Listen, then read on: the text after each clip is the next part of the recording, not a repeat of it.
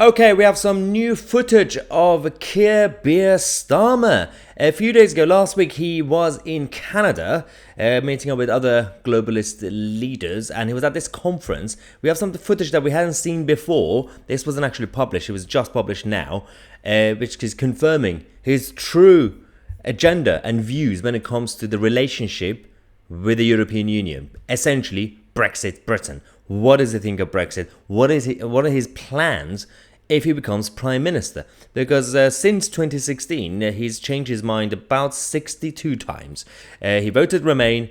He then became the shadow Brexit secretary under Jeremy Corbyn. He wanted the second referendum. He wanted to then rejoin the European Union. Then he changed his mind. He accepted Brexit. Then he said, let's join the single market at least, and then join the customs union. And now he said, let's just do Brexit. And now, this footage that I'm going to show you from that conference is, by the way, behind him on the backdrop, it says Canada 2020. It's not actually, the footage is not 2020, that's just what it's called, Canada 2020. The footage is from last Saturday. Let's go. Most of the conflict with the UK being outside of the UK arises insofar as the UK wants to diverge and do different things to the rest of our EU partners. Obviously, the more we share values, the more we share a future together, the less the conflict.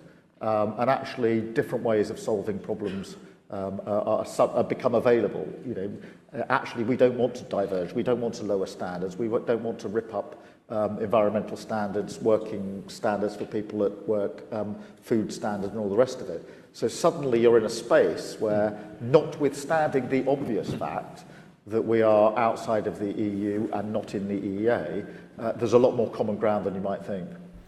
Here we go. So Canada 2020 is this global progressive think tank. And we've had Tony Blair speaking there. We had Barack Hussein Obama speaking there. And now Keir Starmer. And yes, he confirmed. He said we shouldn't diverge from EU rules. The problem with this mentality is that he's essentially saying just follow EU laws, right? We're not just talking about the existing EU laws in our statute books. He's talking about any relationship that we have, any scheme, any program that is international, including net zero. We should go with EU direction. The problem with this, if you are a Brexiteer, you want independence, and you actually want, or if you believe that Brexit is now happened, let's just do something with it. You should believe in true independence and actually competition. So we could actually have our own direction and we could compete with the EU, and one of us could be right, one of us could learn from each other, right? If you are a Remainer or a rejoiner at this point, what you should want is to actually rejoin the EU, so you could, as you would say, obviously the EU rejoiners would say, you will have a seat at the table, right? What Starmer is saying is, on paper we'll have Brexit, so we're not in the EU, but we'll be following their rules, which means we'll be essentially just slaves, listening to them, without even having any say. Without having even that space that we had inside the European machine. It makes no sense.